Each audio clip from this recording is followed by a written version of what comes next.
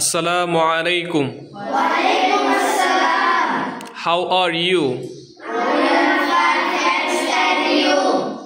I am also fine by the grace of Almighty. Allah. So I'm going to ask you some questions. So are you ready? Yes. Okay, আজকে আমরা we are going to learn the name of 5 fingers in our hands. In our hand, okay? আমাদের হাতের যে কয়টা আঙ্গুল আছে? এই 5টা আঙ্গুলের সঠিক উচ্চারণ শিখব এবং ইংরেজি শিখব। Are you ready? Yes. এটাকে কি বলা হয়? এটাকে Thumb finger. হ্যাঁ, তারপরে এটাকে Index finger.